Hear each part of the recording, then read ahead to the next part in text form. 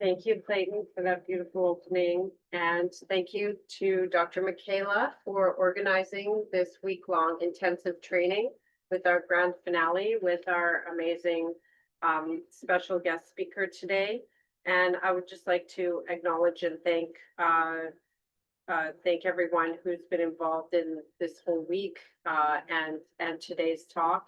On behalf of the Waakebiness Institute here at the UT, as well as the Ontario NEIHR, and to also acknowledge and thank and invite visitors. I'm getting all nervous. Dr. Michelle Johnson-Jennings and Dr. Derek Jennings, who are here with us, and their beautiful young one who is also gracing us with presence, and we're very grateful. I'll turn it, and I'm Dr. Etsy/Suzanne Stewart from the Yellowknife Dene First Nation. I'm the director of the Waakebiness Institute for Health Research here at U of T. And I've been working with and supporting Dr. Michaela Gabriel, who's also at the Institute and also a research scientist in Canada Research Chair at Unity Health St. Michael's Hospital at Well Living House with Dr. Janet Smiley. I'd like to acknowledge care. I'm so grateful. And to acknowledge everyone here, and to also acknowledge our special friend, Dr. Michael Dan, who makes all of this possible, to say thank you, also known as Waakebiness. So Matthew Cho, thank you for making this all possible. And I'll let Dr. Michaela introduce our guest today. Okay. Oh gosh, I don't have her abstract and bio in front of me. So great to be seen. Hello everyone. My name is Michaela Gabriel. The first name I was given, the first spirit name I was given is Laughing Swan. It's been my pleasure hosting, as Dr. Stewart mentioned, the NAMHR intensive this week, and I couldn't have said a better way of describing this special lecture today as the grand finale.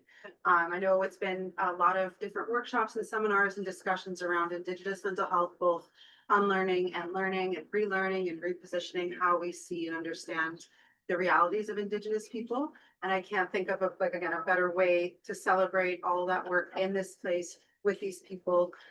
So when introducing Dr. Michelle Johnson-Jennings and Dr. Derek Jennings, and I add there, I think it becomes especially all the more important as we apply and reflect on everything we've learned to celebrate this incredible woman as an Indigenous psychologist.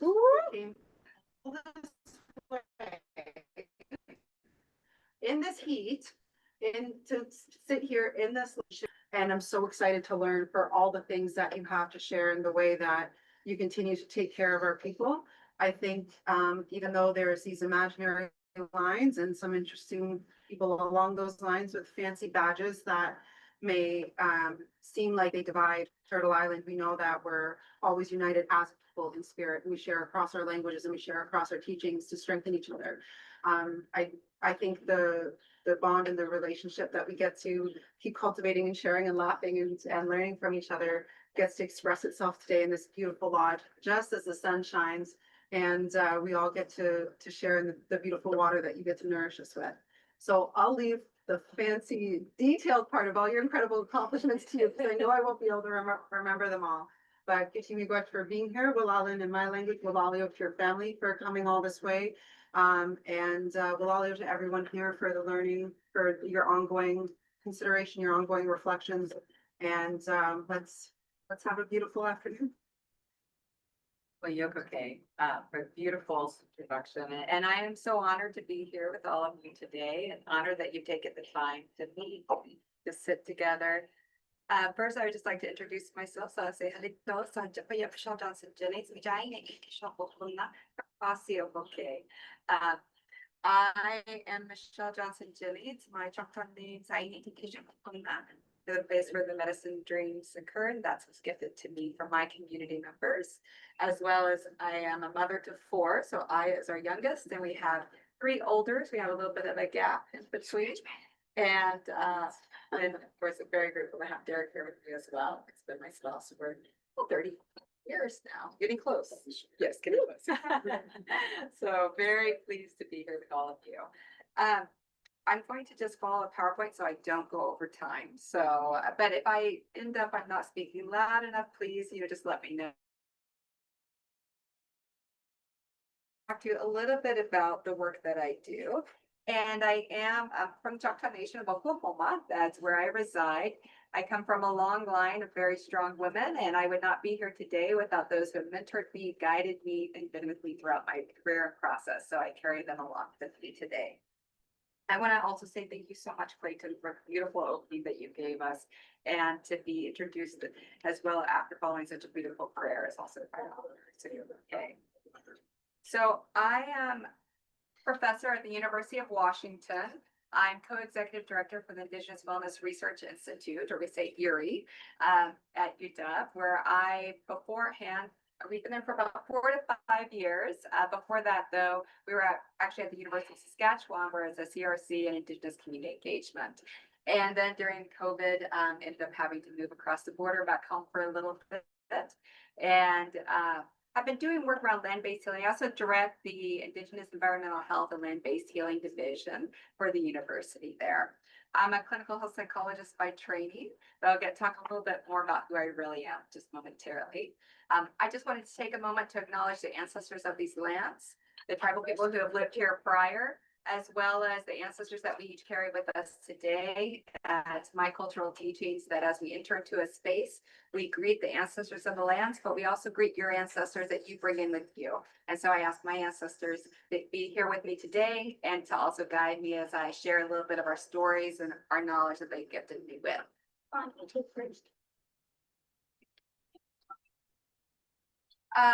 So I'm not just an academic, of course. I am a mother to 4 amazing children. I'm an auntie, a psychologist, as well as I would say a storyteller. So in the work that I do and in my clinical practice, I see this as storytelling, in which we weave stories of thrivance and love and share those with each other to become well. I'll also say that it's with the love of my ancestors that I have even embarked into academia. I'm a first-generation high school graduate. It was an area that I knew I wanted to go into for to write, to contribute, to give back, but also it was almost by default because I didn't feed well. I did not cook well, as my family can attest to. And what I did do well is read and write. And so as a very young child, they would find me hidden behind a couch, reading away all day. And they said, okay, you're the one who's going to go forward into academia. You'll either be a doctor or a lawyer. So that was my chart. I had to become a doctor or a lawyer. Became a doctor, not quite what they had in mind, but as a clinical psychologist, it's been interesting because a lot of my family members, some will not speak to me about too much because of it, but they have been very supportive though throughout my journey. And we are Choctaw, so we were actually in the southeastern portion of the U.S. We actually initially were on the Pacific Northwest coast. There was a big flood, as many tribes talk about. We moved to an island. There we lived until we overpopulated the island and then knew we had to branch back out. We tried to go back home, but there were other people in the spot we used to inhabit, so they were not too friendly, we were told. And so we traveled along the coast all the way down. I don't know how far south we went, hundreds of years, I presume. And then we came up through the Yucatan, still seeking a place in which we could call our own, a territory of our own. And then we embarked across the Gulf of Mexico into the southeastern part of the US, what is now the US. And we inhabited that region until forced removal in the 1800s. So in the US, where we are currently are, you may have heard tales of a lot of government changes, a lot of trauma that's occurring nowadays. Some of those changes include a list of forbidden words, and this is issued by the government of words we cannot say in our research or in our talks. We have Freedom of Information Acts that have been requested of us when we give talks and what have you. Some of these words include Indigenous community.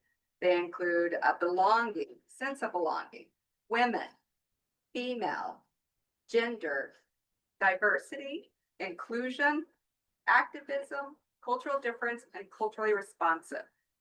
So just to get that out of the way right now, I included those words purposefully. So yes, I am including them in my talk, and yes, it is a forbidden talk. So as we move forward, I want to now go back to my ancestral teachings, which is more important to me and it guides my work. And I'd like to share a story with you if I may. So a long time ago, the Choctaws lived in the dark. It was a world where they had their sacred corn. It nourished them. It fed them. You know, we use corn when we're sick. We'll eat that in support of someone else to become well. It is the very basis of our ceremonies, in which if you ever heard of stomp dance, it guides our ceremonial stomp dance. It guides who we are. It's very much related to women. And so that's women's medicine for us. But as we were there in the dark, lots of people became unhappy. You know, they were a little depressed, a little cranky. You know, some of the elders would say maybe lack of vitamin D, we weren't getting something that we needed, right? And along came the raven Bala. Blah, blah, blah. Follow me. I found a place of light and beauty. You're going to love it. Come follow me, you Choctaws. And so we watched Bala fly through, and our grandmother sat and said, I wonder if we should. So the 7 grandmothers who made our decisions held council, and they entered into a state of holochi, which holo for us means love, but it's past, present, and future love. It's also we turn our moon cycle. So women held this love. And so the grandmothers entered to holochi, which is a state of fasting. And so they fasted and created love. That's what it literally translates to, created love for us. And in this state, they prayed. And they decided people would place and follow the law. So as the law is busily waiting for us, they tell you go their back. We carry them with us, our ancestors. Get the food that you need, gather your children, follow the law. And so Bala says, that's wonderful, it's wonderful, follow me, you're going to love this place, you're going to love it. And so they started traveling. One by one, they traveled with the children in front, and then the elders, and then the adults trailing behind. And as they were marching, though, they had forgotten their sacred corn. Now, our little Shoshi, the ant, saw that. And they said, oh, those poor Choctaws, they forgot what keeps them well. They can't make it without this. So those little Shoshi, they gathered the sacred corns on their back and traveled with us. And as we walked, we didn't even notice there was this line of ants following behind with these little sacred seeds. And so we walked and walked for many moons. And as we traveled, we finally reached the place of light. And Falah went through and came back. And this is a spot that we have all across Turtle Island. And we still see the symbols that show us where the people would say maybe a wormhole is today. So we have these sacred sites. Falah flew through, came back, said, oh, Choctaws, you're going to love it. Tishpa, tishpa, hurry. Come. It's beautiful. And so some of the children started trickling through. And then the adults, being parents, started getting a little antsy. What if they go through and there's no one to protect them? And so they started pushing a little bit, right? Just kind of shoving a little bit. Tishpa, hurry, get through. And then, you know, Hashtali, who was a great spirit of ours, was watching us and said, oh, look at those Choctaws just kind of pushing away, trying to get through. And they started pushing a little more. And then the elders went through. And elder hollered back, oh, it's gorgeous. You're going to love this place. Tishpa. And the parents got even more nervous, started pushing a little bit more, saying, oh, we got to get through. The elders can't protect our children alone. We've got to hurry. And so as they're pushing, they end up pushing so hard, they push down a poor little child. And Hashtali says, oh, those Choctaws just shoving and pushing around. Look at them forgetting their ways. They start pushing a little bit more. They push down an elder who fell. Said, oh, those horrible Choctaw, look at them. They don't even know what they're doing. They're just pushing and shoving. And so they start going through. And then the adults start getting up and they're just stomping and pushing and trying to get through. And they step on those poor little Shoshi who are carrying the seeds on their back. And with that, Hashtali said, those Choctaw, that's it. I've had it. The next one to step on a poor little Shoshi becomes one. And so with that, we ascended into this world with many Choctaw and many of our relatives who were ants with us. And so I tell this story because sometimes it's hard to see the forest for the trees. And I think embedded within our stories are so much sacred knowledge that I did not even realize. I will tell you, as an undergrad, you know, being very studious, I had read many books before I even started undergraduate. And spoke to my grandmother and said, grandmother, can you tell me the Choctaw way to be healthy? Because I knew I wanted to go do some kind of health research of some kind. And, as you ask an elder directly, they're not going to tell you directly anything. You have to earn it. And that was my young self not realizing I have to earn it. I have to wait. But at least I let her know that I wanted to hear more. And then I was over another time working with her and we were doing something. And she said, remember when you asked me about how to become well and what a Choctaw way of health is? I said, yes.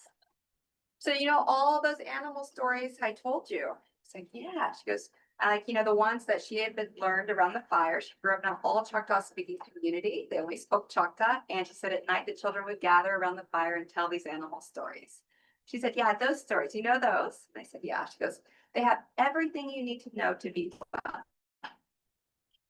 Okay, you mean the kitty stories, the child stories? She goes, no, those are our stories. They have important teachings, right? And so I would say since then, I've spent decades reflecting on those stories, trying to understand those stories and putting it in context with what I knew and have learned from others as I've gone through my career. And those stories do contain our health frameworks. And so as I think about the story I just told you, that's really crucial for me in the kind of work I do now with land-based healing. Because for one, we ascended into this world as guests. We ascended with our relatives, the kinships developed with the aunts that came in with us, who are there to help us. We owe them. We have an obligation to them. So from the larger animals down to the small ones, we have an obligation to our plants. We have stories of how we got sacred corn. We have stories of our food and how we should care for that. We also know that if we misuse our gifts, it comes back to hurt us, right? So we know that for a time we had a problem with dental caries when we were prolific with corn. We were doing very well. So my family's from Oklahoma, the place where you gather the sacred medicines or the corn. We know that overeating that corn has given us problems, health problems. Today we can say other health problems, right? Obesity, chronic diseases, heart disease, etc. So we've been misusing it, but also with our chuma or tobacco. We know that's a sacred gift that we were fortunate and blessed to receive today, and that gift is for the spirits. And if we misuse that gift, we know it comes back and hurts us, right? So we know that smoking every day is not something that we would do, etc. So those are some of our health teachings that we've had. Yeah.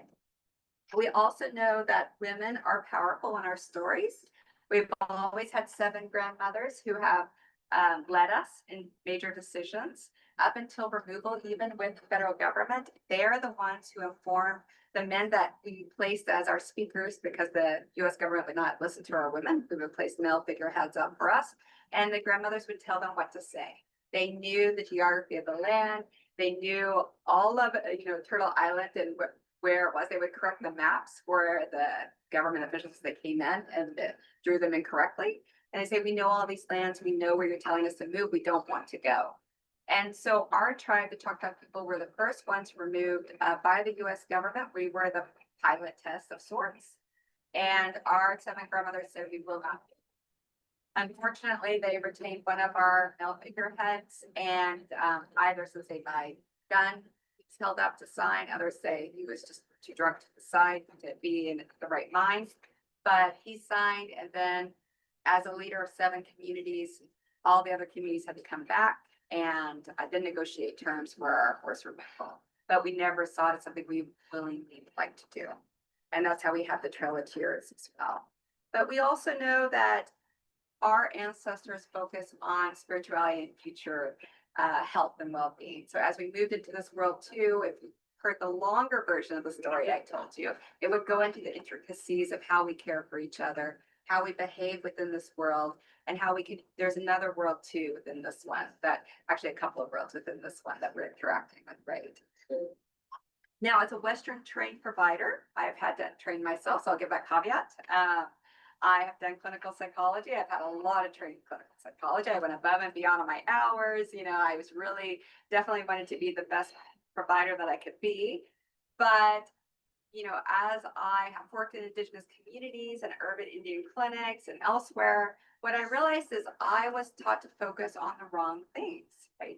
So instead of walking into a clinical setting and saying, how have your ancestors gifted you with strengths? How can you be well? What are their stories? The first thing I would say as integrated primary care provider was, what have your ancestors cursed you with, right? Have they cursed you with a risk for mental health disorder? Have they cursed you with a risk for diabetes? Have they cursed you with heart disease risks? What have they done to you instead of what have they done for you, right? And so I've spent my career trying to undo that thinking and trying to get back to our ancestral instructions, original instructions, and what we know and how to be well. Of course, we know that colonial trauma has been a matter of policy across Turtle Island, and I work a lot with Aotearoa, very similar patterns, right? We know there's been genocidal attacks when we were no longer as much of a threat. They then sought to remove us due to enough, they illegalize our healing practices. So we're not just engaged in healing practices at all. And then also utilize starvation as a tactic. We also know that assimilation policies are still in place. We've had the boarding schools, of course, that have severely impacted our communities and caused great harm. We've had land trauma and food trauma as well. All of this has contributed to what we call historical trauma. We know Yellow Horse Braveheart, spoke about this in the late 90s as well. And then also my colleagues, Dr. Karina Walters and Dr. Evans Campbell has also spoken about historical trauma and how this has impacted Native communities today. We know that this disrupted our connection to Mother Earth. It disrupted our connection to our ancestors' teachings. It disrupted us from each other as well. And so that's been very harmful. Our languages, I don't like to use the term language as lost because nothing has been lost, right? As our Maori colleagues have also reminded us that they were purposefully taken from us, right? So it was systematic, it was targeted. They took our languages, they took our stories, and they took our healthy ways of being through policy.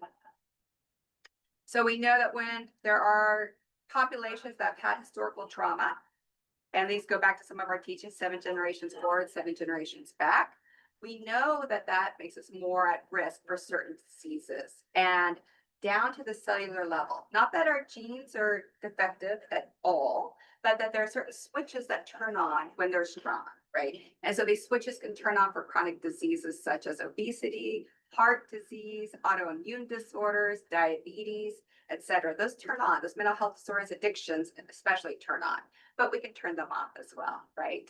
But we know that if you've had historical trauma in your past, in utero, if you experience some type of trauma with the mother being highly stressed, which is why I say my ancestors say when you're pregnant, you're not supposed to stress out a pregnant woman. You're supposed to coddle her and make sure that, you know, she's fine and calm, because otherwise the children will be harmed from that, right? And so we have those teachings about that. But we also know that, you know, before age 5, you have continual trauma, that also increases your risk. So it's cumulative, those risks increase risk. Doesn't mean that everyone who's experienced these risks will have addictions or health disease, but it means that more will than not. And as you go across the generations, you know, it comes down that you can see that those risks occur, whether it be the woman or the man. And that's happened in the Dutch famine. They've researched some of that work. They've also looked at it with the Irish potato famine and in European countries as well. They've seen that these switches keep turned on. But we also know that our Western healthcare setting can also help increase these risks, right? So I said, I'm a clinical health psychologist. And so I have to be aware that I have been trained in a discipline that is actually funded and also helped, I guess, encourage and develop eugenics movements, right? So we've had many IQ tests that we still use today were actually developed, and they would utilize RAs, research assistants. They would go into boarding schools where American Indian children were. They would do the test, and if they scored too high, they would change the test to make sure they scored lower, right? And we still use these tests, and especially in the educational systems in the US. We also know that feeble-mindedness was a huge deal in the 1800s. That's where they justified forced sterilization of Indigenous women. And they utilized that test to make sure that the children didn't perform well. Actually, at first, they performed very well. Native children were performed very well in this continuous performance test. But then when they performed too well, they changed the test to make sure that they were the deficit and they would not perform well.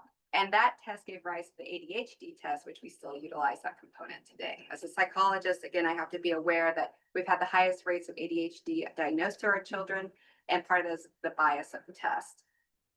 There's also lots of psychological journals, the intelligence of Indigenous children. There's a big journal, Comparative Psychology, wrote a whole book on how Indigenous children are least intelligent, as well as studies race and psychology. Now, all of this gave rise to over half, 50% of all American Indian Alaska Native children living in foster homes or boarding schools by the 1940s. So it's had a major impact. If the mother was determined feeble-minded, you could take the child away. The mother was determined feeble-minded, they could also do forced sterilization, which happened up until even the 1990s. There have been cases of forced sterilization. Myself and my family, I didn't know any older generation in my whole family that had their uterus after age 30. So I know that that severely impacted my family as well. And we know that 25% of Native women at childbearing age were sterilized by 1976. So very similar in Canada, I know, of working with Canadian populations. So you have all this trauma, right? Which we know about the trauma, but at the same time, what I like to remember is, yes, my relatives were forced removed. Yes, they had to go on the Trail of Tears, and my children talked about it even as young, like it's present day, right? My grandmother did this Trail of Tears walk, we were removed. But at the same time, they also had a lot of love for us, right? So one of our great-great-grandmothers who walked the Trail of Tears actually was 9 years old. Actually, just my great-grandmother, his great-great. But she walked the Trail of Tears and she was 9. And she ended up having to carry her 5-year-old brother on her back. She was barefoot in the snow, frostbitten feet, having to march. And what they believe was their death march, because the parents would give them a sack of seeds. They did not believe the US government would buy food. They didn't. And they did not believe they would give us seeds to grow when we got to Oklahoma. And so Oklahoma literally translates to a place of the brave people. That's our term for the state, the territory. So as she was walking, she carried her brother the whole way or most of the way, and people interviewed her to say, hey, how did you do that? That was incredible. You walked hundreds of miles with your brother on your back. How were you able to do that? And she said, it wasn't just my love for him. She said, with every step I took, I thought about the love for the 7 generations forward. And I focused on that 7th generation. And that's what got me through to the end. And that love, I started calculating who's the 7th generation? Because, I'm trying to figure out, where does this go? And I think, that's my great-great-grandmother, one of my greats back there. But anyway, I started doing the actual calculation and lineage. And my child is the 7th generation that she thought of. So all of my children are the 7th generation. And so I've been able to share with them, they were loved before they were ever born or thought of as a child by her. And that love is what got her through and got us here today. And so what I like to think about is our family and the love they've had for us and how they've thrived. And that's who we are. We're not defined by that trauma. It's there, of course. We have traumatic events that have happened in our family. But what I've tried to instill in my children and those in my community and my cousins and my nieces and my nephews is that doesn't define us. What defines us is their love. And that's why we're here today. And so that's been my work going forward. It's really influenced me and where I am today. And when I work with communities, we focus on that love because it's there. And we dream of that love and we get back in touch with that love when we touch Mother Earth. And oftentimes when I do work around the land, that comes up a lot. The love that's felt through the waters, through the earth, through us sitting together, just that love that's forever there. Now I say that love has driven my family and guided them. I've had my great-grandparents, so they would have been a generation out from the Trail of Tears. They had a hotel in Oklahoma. Again, illegal to perform any traditional healing practices whatsoever. But both my grandmother and my grandfather were healers in that hotel. They would take people in, they would do their medicines and healing, and then send them on their way. And for the longest time, I just thought it was my grandfather who was a preacher as well as a healer. So he, was able to get through and pass. And then I didn't realize till I was older that my father shared with me that my grandmother was also a healer as well. So they worked together. So that to me gives me a lot of strength that they were able to do that during a very oppressive time. And we were able to grow, balance on the tightrope to be here we are today. And part of that's about restoring, right? So when we talk about land, we talk about love, we talk about who we are as people. Part of that's restoring the narrative to focus on that love, because if we continue to center the colonizer and the oppression and the trauma, then we're centering them in our daily lives instead of what really matters to us. And that's come out through some of our work that we've done with communities in my community. Women have actually talked about that. Like, I'm so happy to not center the colonizer any longer. I'm happy to center the love in my life and going forward.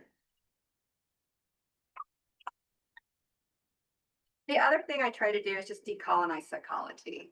I don't believe psychology is inherently horrible by any means. You know, if you break down the words of psychology, in Greek, psyche means breath, the principle of life and soul, and logia is speech, word, or reason.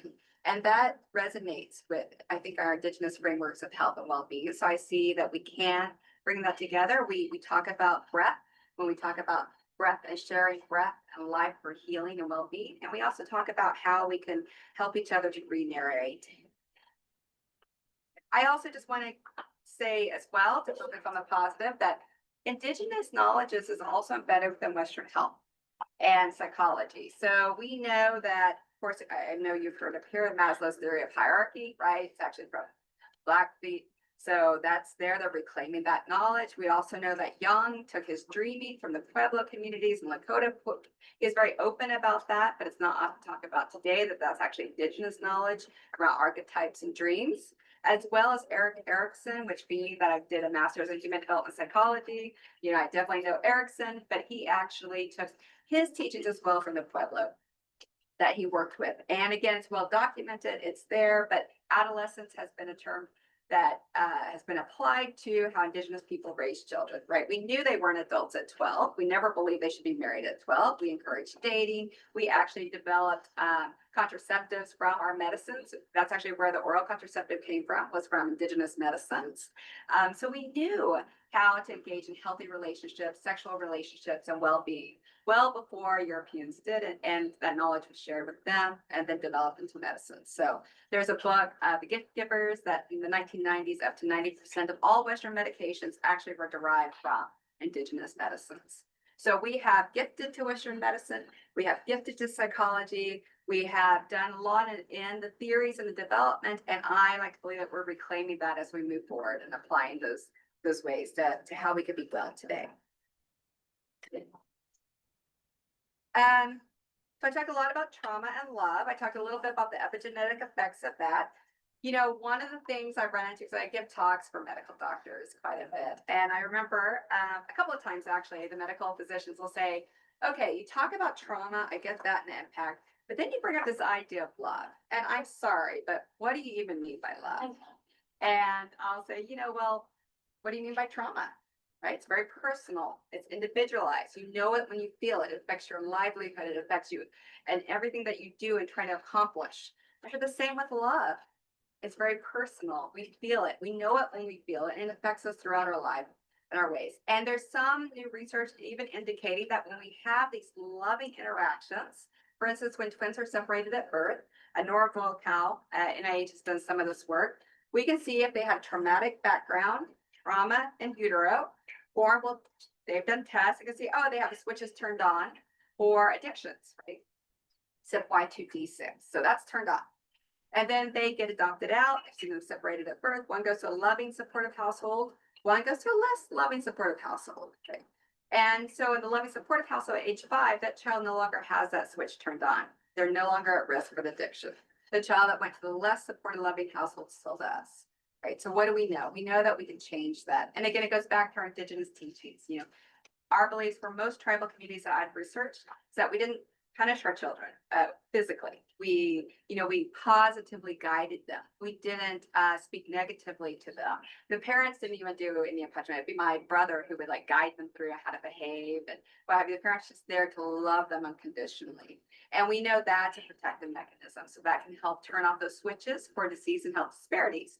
And so then I've worked with some geneticists since then, and we've yet to do a formalized study, but what we've seen is that loving interactions and ceremony can actually turn off some of the switches too.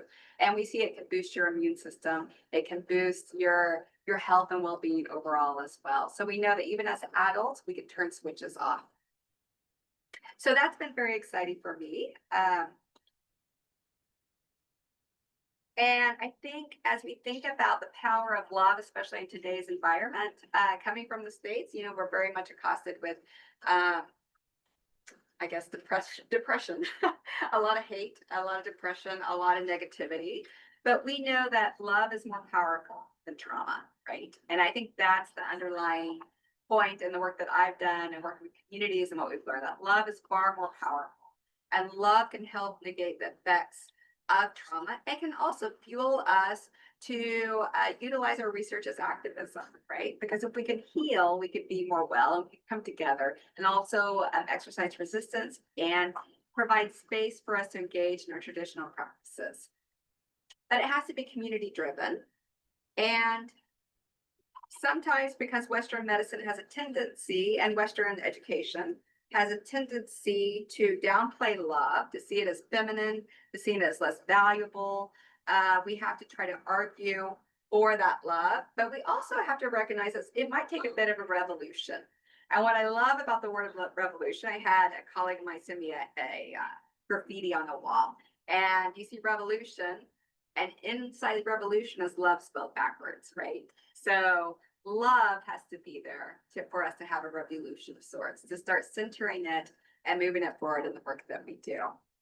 And when I say love too, it's not a romantic love, right? It's not a gentle love. Love can shield us from harm, but it's also very fierce and very powerful.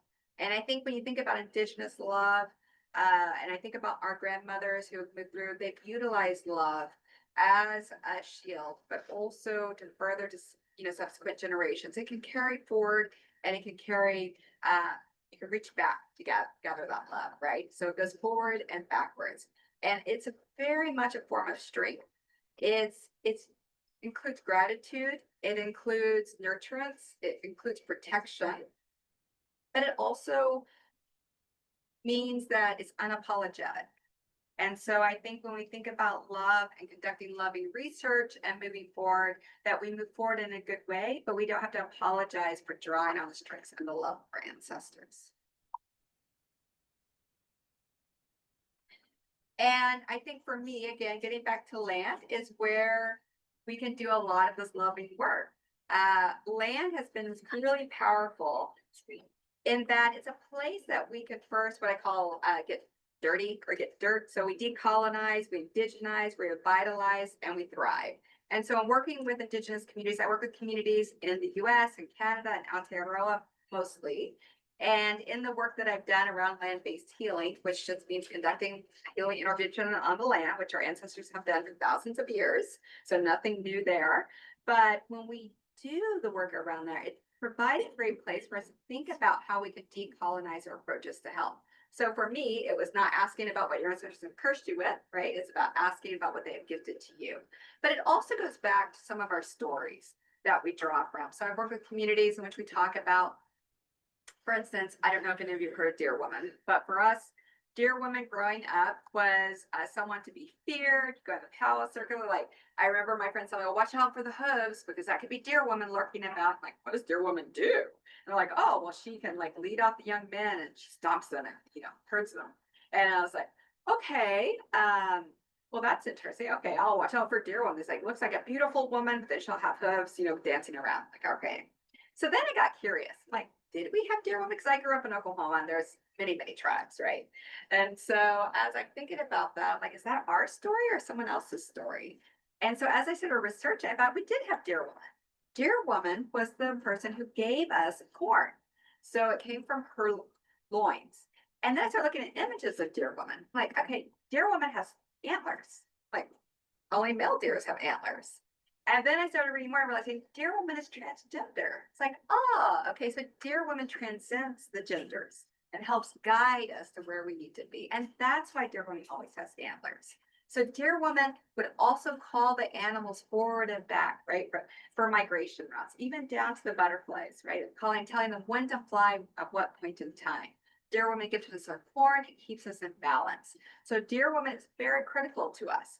Yet when colonizers came and saw Dear Woman, I wonder why our masks were buried in swamps of Dear Woman, and why Dear Woman was seen as evil and horrible. And I realized it wasn't us who saw Dear Woman that way. It was this colonial mindset of Dear Woman and trying to quiet that. So for me, that was also a time for me to decolonize my view of even the own stories I heard as a child, right? And so I think we do that. And as we get out on the land with communities, we start talking about that, whether it's our food. Is that food colonial as an act of survivance that we need to do? Or is that food meaningful to us, a gift that we should nurture in our bodies and to have?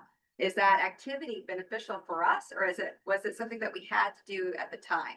You know, a long time we couldn't talk about our ceremonies. We couldn't have, you know, the people would say it'd be awful to have a sweat lodge on your property because people would see it and you don't want anyone to see it. And then you have to think, oh, but that's because you would be attacked or you would be singled out. But now we have the ability, we have rights again, right? That we can have this and we can support each other in having this together. And we're also able to revitalize our ways. A lot of times we get stuck in this mindset that we can only do one ceremony one way, or I've heard so many times that song is dead, we can't sing it anymore, we don't have songs anymore, can't use it. Where in reality, I look back, look at my grandmothers and what they say, oh, when we didn't have a clan anymore, we asked the 7 grandmothers, one person dream or pick whatever animal you see in the morning, that's your new clan, right? If the child was born to one parent who wasn't part of the clan, they get adopted by another clan. Or if they have behavior that suits another clan better, they would take that child and start teaching them the clan ways over there. So we always were, you know, we're evolving. We always got together, and as long as it was done in a good way, for my community at least, it was good to do. And so a lot of times now we have encouraged and supported our youth and revitalizing ceremonies, developing youth ceremonies, and sometimes they just spontaneously happen. I've worked with several communities which were outside of the land and sites of trauma. And one time in particular, I had the women tell me, we don't have our ceremonies anymore, so we don't know what to do. I said, just see what comes to you. And they immediately initiated ceremony together. It was beautiful, it was wonderful, and it was their new way of how to heal the land with the land. And it was enlightening to them because they said, oh, we didn't know we could do this anymore. Like, no, this is something that you can do. If you do it together, you do what you need to do to heal. And so that's been kind of the path we've been on, this thrivance of growing from ancestral knowledges and wisdoms, and then building helpful practices and well-being from that, because we are in a state of thriving now. And I love to highlight that Indigenous people are thriving. The majority are healthy and well. Majority have ceremonies, we engage, we do wonderful things. We have amazingly intelligent people. Our ancestors were great scientists. In fact, when I learned about all the science behind, I'm just blown away that they were so intelligent, and we still continue to be intelligent as well. So a lot of the work that I do around land is reclaiming that ancestral path. It's also looking at how we can work with interventions to be well. And I have worked with women, especially mothers, and we've seen the scientific benefits of land use. I would say Western science is just catching up because they will show, oh, I don't know if you've heard about grounding. So there's this thing where if you stick a steel pole in the ground and then you run a cord up to the side of the building into the office and have someone wear the bracelet, then you'll see all its wonderful health benefits, like, right, the neuron flows more in your brain. You get, you have all of this wonderful serotonin effects, so you're less depressed and anxious, and it's so great. And I'm like, well, that's just our story that you touched the earth for 20 minutes, right? Every day. Even when I had children, I remember I beaded these beautiful moccasins for the first time ever for my eldest. And I was like, this is great. This is beautiful. And Derek tells me, you have to poke a hole in the middle though. Like, I'm not poking a hole in these brain tan, beautiful moccasins that I want my child to pass on to her children. He's like, no, you have to do it. She's got to touch the earth. Like, she's an infant. She's not going to touch the earth anyway. And then I said, well, that's your teachings, not mine, because we're different tribes, right? I'm Choctaw, he's Wapaw, Sackfox, Miami, all different ones. So I'm like, we're different. Then I go to my grandmother and I say, Grandma, that's what Derek said, but we don't do that, right? She goes, no, actually we do. You have to touch the earth to be well.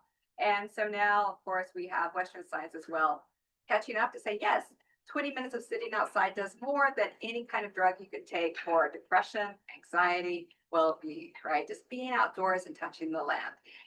In the garden, we actually change. Just our electrons in our bodies, they reverse, right, to touch the land. We also know that the trees, when they grow, they actually emit this type of pheromone that we talk to with our body. So if the tree is being attacked, for instance, by, there's these beetles, right, that are a problem in multiple areas, it will emit this pheromone of sorts that our bodies respond to, and all of a sudden our immunity skyrockets. So we start producing this white blood cells, I believe, is to like help combat. And I'm not a immunologist, I'm not positive of this, but this is what I've been told, that we actually respond within our bodies to also be on the defensive. So it's telling us, watch out, something's happening here, you need to be careful. And so we are. But also, I think when the trees are doing well, it tells us it's okay to relax and we can do well. And there's been wonderful research being done in this area where they see even less violence occurs under a tree that has leaves in cities. So they're planting more trees because we know we react to the plants and they guide us, right? It also puts our mind in a place where we remove our daily stressors and we remember things long term. So there's been lots of research with youth. If they're taught something outside, they're more likely to remember it throughout their lives, right? And to make behavioral changes as well. So I've done some randomized clinical trials with my tribe in particular, with Choctaw Nation. We've done Yawpali, which was actually something we dreamt about doing when I was an undergrad, of rewalking our Trail of Tears and bringing back some of our ancestral traditions. And I have to credit a good friend of mine, Greg, who really wanted to do this as well. And then I met my colleague, Dr. Karina Walters, and we talked about it when I was in graduate school. And then over many, a decade or so more, we were able to implement a randomized clinical trial in which we took women along the walk, that very traumatic walk of our ancestors. We mapped it out with GPS. We were able to give that information to the tribe. And we took 176 women on the Trail of Tears free walk. And they met a few times before, did some motivational interviewing about how they would like to be healthy. We didn't run it, and this is my big push too. I don't want to say, okay, if you're at risk for disease, because a lot of our grants, right? So you have to be at risk for disease. We didn't say, hey, are you at risk for addiction? Or you're at risk for obesity? Come join our project. I'm like, no. We want to say, hey, do you want to be a health leader in your community? And would you like to help your community become healthier? Have joined our project. And so we had 176 women join in. We did this over across, well, with our pilot studies, we had a bit more, but I would say across a total of 7 years. And we walked the Trail of Tears. We camped outside. We walked every day. Our first time, our pilot, we did 15 miles a day, packing up, taking down, realized that's way too much. So then we reduced that, and we would do at the most 10 miles a day of rewalking, camping outside on the land, and then reading our ancestors' words at each site that we stopped. So every site was traumatic, right? Like, 20 children died here. This family died here. These people died here. So a lot of death and trauma. At first, I was afraid to engage with myself because I heard it all my life. I'd read their stories and thought, okay, I'm supposed to be the clinical psychologist. I'm going to be in tears the whole time. How am I going to do this? But actually being there was so healing. And when we did our 2 pilot stays, that's what we learned, that we actually took my eldest child with me, and she said at the end, at first time, okay, so I learned in order to heal my ancestors, I have to be healthy today. I said, that's it. That's what we have to do. We have to be healthy today because they gave so much for us to be here.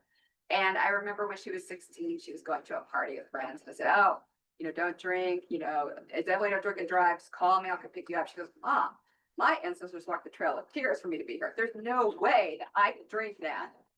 It's like, in other words, you kind of ruined it for me.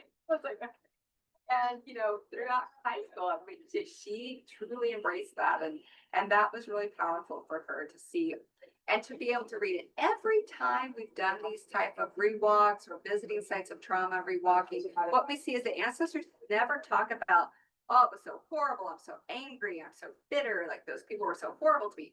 Instead, they talk about, I'm so happy I was able to make, because I love my future generation so much. And this is what I gifted to them. And every time we read their narratives, even when they were interviewed in the moment by journalists, they spoke of love for us and they spoke of getting through. And so when you hear those tales, not only from my community, but like I said, I've done this work with multiple other communities, it's a similar story across the board. They speak of that love. And when you're in the spot of that love, you can feel it. And I can't quantify that as a scientist. I can't, show you how it's feeling at the moment, but I know that we all feel it in that space. And that has led to so much healing in these randomized clinical trials that we've done. You know, we were able to try to verify this scientifically, but we've had women also say, you know, one woman who went with us, a relative of mine, said it's okay to share her story in which she was debilitated by chronic pain, had a botched back surgery, spine was messed up, and they had increased her physician, who was ended up being sued for malpractice by many people, was not the best ethically, ended up just increasing pain meds for her. So got her into the pain meds. She had to taper off.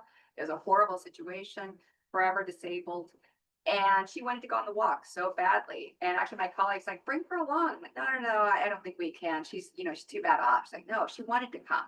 And so we brought a van, travel along so she could get and walk. We brought a masseuse, we brought an acupuncturist to help as well. And she came the whole way. She walked every bit of it. And at the end, you know, I met with her a few months after. She was just in tears. She said, I realized through that walk that I could stay feeling sorry for myself any longer, that my ancestors did all that for me. So I don't ever want to be addicted to pain meds again. I don't want to ever feel sorry for myself. She ended up getting a full-time job. She worked for a nonprofit organization, worked for transient populations, has been donating, you know, to members of the boards in the town, everything else. It's really changed. And as she said, it's really changed her life to be able to reconnect with her ancestral love and support. So that's been really uplifting. We have many stories of that, which has kind of led us to this area of youth projects. And so I'm currently doing another NIH funded clinical trial. So far it's for youth. And we've been working in our communities with how we can help affect youth and getting outside on the land. And Derek probably talk more about his work, especially at a later time, but really especially from the youth perspective, they cannot be well, the land is not well. And so we've heard that numerous times in the studies that we've done together. And so this project, again, the community said we want you to work with youth this time. We do ages 10 to 19.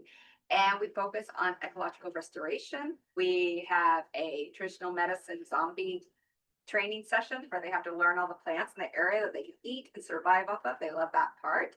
And then we get them outside twice a week. And so again, we integrate motivational interviewing, which I feel like is just the way my grandma talked to me. You know, she would never say not to do that to me, but she would say, oh, you know, your cousin who was doing this. What do you think about that? I'm like, oh, that's terrible. What do you think your cousin could do to stop doing that? Like, oh, you know, like it's just a very gentle way of encouraging you to make behavioral changes when you're ready, and then supporting that, reporting with that. So that's what we do. We did it with women as well. We work with communities in Aotearoa where women have also visited sites of trauma and then committed to making life and behavioral changes, because the emphasis has been, this is kind of our guiding curriculum, again, developed from the youth who went with us in our first pilot in 2010, but that was our first time we did land-based healing intervention. And so in 2010, the youth came back, we had them do digital stories, and it was really evident that the focus on ancestors and becoming the best ancestor I can be was really critical for them. And so we integrated 3 questions into all of our curriculum that we do. And we say, what did my ancestors dream for me to be? And so what do they want for me? What kind of ancestor do I want to be? Because we're all ancestors in the making. All of us here right now, even if you don't have children, you will be looked back upon by the future generations as an ancestor. And what do I dream for the future generations to be? And in that question, we ask, how can I help them become the best ancestors they can become? And so that also guides us. So we really focus a lot on that. And our participants always say they want to be as healthy as they can be. They owe it to the previous generation, but also they owe it to the future generation. And so everything that we do today, in the moment, in the day, impacts future generations. And so it's really powerful to think about that and what we can do. What little changes can we make to get where we want to be for not just ourselves, but for those future generations? And so that's been very important. And we call that narrative transformative therapy as well. And we look at changes, not just, again, for the individual, because from an Indigenous view, you know, it's the individual is a part of the collective, right? We're a braid. And we've written a little bit about that. We are only who we are because of our family, our tribe, our community. And then we're only who we are with our lands and our territory within the universe that we reside within, right? Part of the stars, part of the moon. We have a lot of moon teachings. We have a lot of teachings about the stars and how we relate as kin to each other. And so we do a lot of focus on the pathways of healing, which naturally includes the environment. There's also a lot of spiritual and emotional health, as well as almost all of our participants go back to talking about the transformative part of being outside on the land. The healing interventions we've done has been through the love they felt. So being able to reconnect with the earth. Some of the women we work with have never even had fresh fruits and vegetables before. Some have never been outdoors more than, to walk from the car to the building. And so to be able to have that time outside on the land and to feel that love has been truly transformative in their lives. So we've been tracking the changes across time. And with the youth, we will continue working with them. We also teach them, because it's my bias, I teach them a lot of Choctaw stories. So they're learning stories when they get together and then learning how to think and reflect upon those stories for health and well-being, which has led to some podcasts. Again, I have all these young researchers working with me and they're like, you gotta do a podcast. I don't even know what that is, but okay. So I've never listened to it, but suppose we have a Choctaw Chatter podcast out there and some other podcasts that restoring that we've done together. And with that, I've talked a lot. And so I appreciate you for paying attention and staying with me. I will just kind of turn it over to some questions and have more of a discussion. As I say, I'm a professor, so I definitely profess. So I'm interested about the motivational interviewing techniques. If you have any particular, what are you on my finger? So the bug biting my finger. Is there a specific like tool that you use around motivational interviewing, or a specific resource that? well, we have kind of developed our own training with that, and a lot of our grants are National Institute of Health funded. We've had some short grants funded, as well as hoping to get some CRC funds too. I work with some communities in Canada as well, so we're going that way. But we have kind of developed and modified our own version of training. So looking at how we can start initiating conversations, but overall the underlying principles too. Because a lot of people who facilitate for us are trained therapists. And so it resonates with them. Think about how can you engage someone around a certain topic. And we do a lot of group work with it. So I know motivational interviewing is traditionally one-on-one, but for us, we do a lot of group interviews. What can we do? Talking circle style to change behavior. What kind of behaviors would we like to change? What should we do? How do we work through that together? Yeah. I'm just kind of curious, just with all the anti-intellectualism you're seeing in Trump administration. Yeah. How is that affecting your work going forward? Is it just kind of like you're still doing it, it's just being set aside till the administration ends?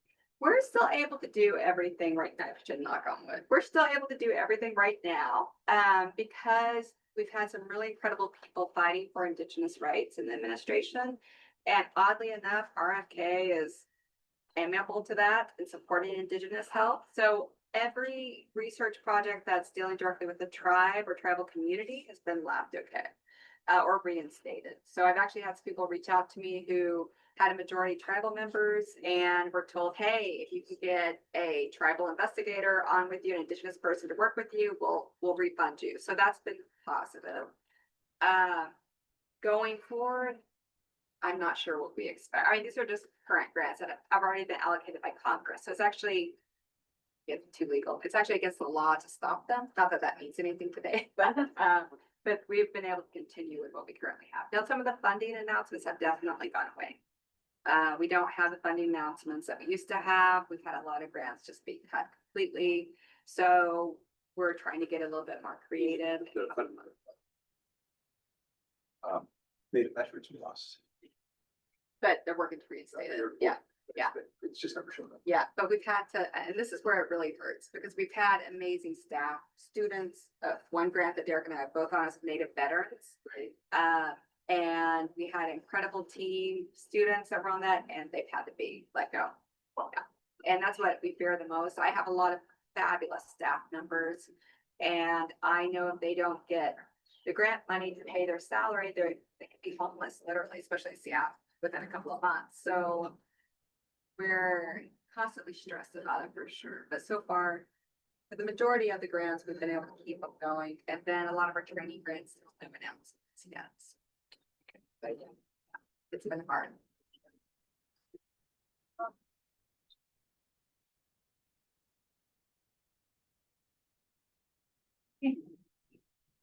Thank you so much for sharing. I resonated a lot with the story you told of those women who felt like they weren't connected, like their culture was lost, and helped them to find something new to connect to. What is it like for people to move between that ambivalence from feeling lost and disconnected to either reconnecting or connecting with something new entirely? Yeah, so, it's from my understanding of what I've been working with the women, it's been very difficult, but even for myself, I will say. So we as a tribe, I told you my Choctaw name, and we haven't had official naming ceremonies for quite a while. And I know when I was working with my group of colleagues, we were moving forward saying, we want to do naming ceremony. Community members that are coming forward to do the Biafali block, they were saying, we want naming ceremonies. And this seemed to be a constant question. So we went and talked to all my elders. I talked to all these other elders, this other community, these other elders, and the elders came back and said, finally one just said, you're really stressing us out. Why don't you just do it? And we're like, no. Like, what, us do it? Like, yeah, because we had done all our archival research, and that's what, so me and my colleagues, especially Corinne, we geek out. We stay up till 4 a.m., like looking at the archival interviews and like listening to the oral narratives and Choctaw, like all this stuff, right? We talk about it a lot. And so that's like my form of fun. But the elders saying, well, I say, well, this is what I heard before. This is what I heard before. What do you think? What do you think? But I said, do it. And they said, if you do it together in a good way, then it's going to be okay. And I will say too, we don't talk about it often enough, but a lot of the work that I do is guided by dreams. So actually my whole life's guided by, guided by my dreams. And so if I have a dream about something and it tells me to do something, I usually do it. And it saved my life literally, for sure. And so I really rely on those dreams of mine. And, I had a dream that actually, it was a wolf our story is a wolf, or that they teach us how to be socially. So we have a pact with them. We won't hurt them. They won't hurt us, because they gifted us how to behave appropriately, how to care for each other, how to care for the youth, how to care for the elders, how to share our food, how to work as a pack. So that's what they gifted to us. And one of my dreams was, wolf came and said, don't do it for your own glory, but do it for everyone else. And if you do it together in a good way, it'll be good. And so we started initiating a naming ceremony together. And that felt a little odd, because I don't know about you, but I'm always hypersensitive. Like, I don't want to be seen as a super Indian, or, like trying to like out Indian anyone else in my family. That's the terminology we use down south, right? So I was a little aware, and I guess self-conscious about it. Like, I don't want this to be in a weird way. But then you start realizing it's through colonialism that we start having these ideas of grandeur around our own ceremonies, that they're untouchable, right? And yes, we have incredible things happen all the time. And I've been on the trail, and we've had incredibly spiritual events happen that, others probably would never believe. But because we're a collective group, we can all believe it, because we saw it together, right? Happen. And it's not that it's so untouchable. It's like, it's part of everyday life. And naming ceremony, why wouldn't you have a naming ceremony, right? It's part of our everyday teachings. It's part of what we do. So what I learned is, if we come together as a collective, and it's not about one person being the leader of it all, but a collective group, that it'll be good. And so that's how we initiate. We get together. I've told other youth who, say youth, yeah, I guess younger than myself, but they wanted to do other things such as revitalizing tattoos, or in Chunwa, right? Tattoo work. Like, if you get together, you do it in the right way, you consult your elders, but it's not about one person, but about the community, then it should be good. And you just try. And so that's where we've come back to. Yeah. Thank you. Mhm.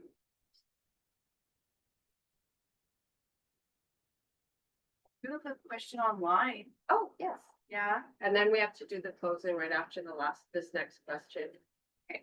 So this is from Erica, one of the participants that has been with us all week. And she says, you mentioned that research is activism/advocacy. Brackets, love this. Can you elaborate a bit more? And also any insight on how to ensure that we use this lens for research work, when often the resources we have to do research is pretty program/intervention oriented. Yeah. and less so about systems / structural change, though we know that this is needed. And she says, even some motivating words are welcome. Oh, yes. Well, thank you for the question. So yes, so for me, I have cousins who are amazing activists. They are on the front lines. They're the ones getting, unfortunately, tear gas, rubber bullets, what have you there. I have others that are out in the community teaching the youth ceremony, teaching them dancing, etc. And for me, my research is what I do to move forward just a little bit in the realm that we can be healthier. I actually call it counting coup. So for a lot of people, counting coup is where you go out to warrant, right? So you would touch someone with your stick because there's more prestige around being able to kill them, but not killing them. They killing them, right? So you would touch them with your war club or stick. For me, gaining grants and doing research projects is a form of counting coup. So I think what better way to revitalize with our communities and to give them the money that was actually used to help take it away, right? So we're taking it back, we're taking that money back and we're revitalizing with it. We're counting coup. We're saying, we can take this money now and we can do what we want to do with it. And we could do it in a good way and in a loving way. So that's why, I see research as a great avenue for me to be active, to develop health and well-being, to also to count coup with those research dollars. Now, research dollars are quite restricted in how we utilize them. There is a formula to follow. It says there has to be a health disparity, show the need, it has to be there. I don't think I've ever changed what I've sought to do because of the grant. I've just rewarded it a little bit different, right? So you reward it. Of course, what we're doing is addressing health disparities. So we write that in. Of course, what we're doing is, build monitoring health outcomes. And so you can definitely build that in to the grant and get the dollars for it. And that can be one avenue, but at the same time, we are doing ceremony. Women are out there, children are out there, they're engaging in cultural activities. We're getting them funds for that and revitalizing. We're doing so much more than just that project. So, and I think as a researcher, especially Indigenous researchers, we know that's very rigorous, the work we do. We know it's definitely a lifetime commitment. I try to always stay true to my research. I have research partners that, of course, I would go and go visit for a wedding because they're my family too, right? When we engage as kin, we are kin as we move forward together. And so that's been very powerful and uplifting.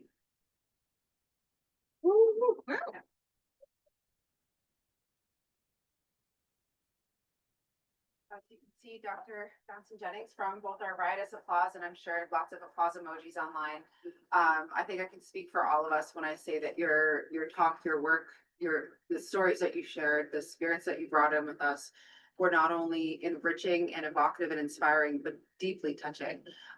You were very couth if you noticed me crying, but I have never actually wept and shed tears in any research setting before. And I think that speaks so much of the importance and the truth and the love that you bring to your work. And I think as Indigenous peoples, we know how important that love is for exactly all the reasons that you shared. So for you to be able to honor and establish settings that will care for and protect our people in this way through those ancestral teachings, it's a gift beyond any cost, beyond any imagining. So thank you so much for your incredible talk today, for the incredible medicine that you brought to all of us, to the work that you continue to do, and as a bit of an expression of our gratitude on top of much more applause. Thank you. There's something for you, your husband, and your little one. Thank you.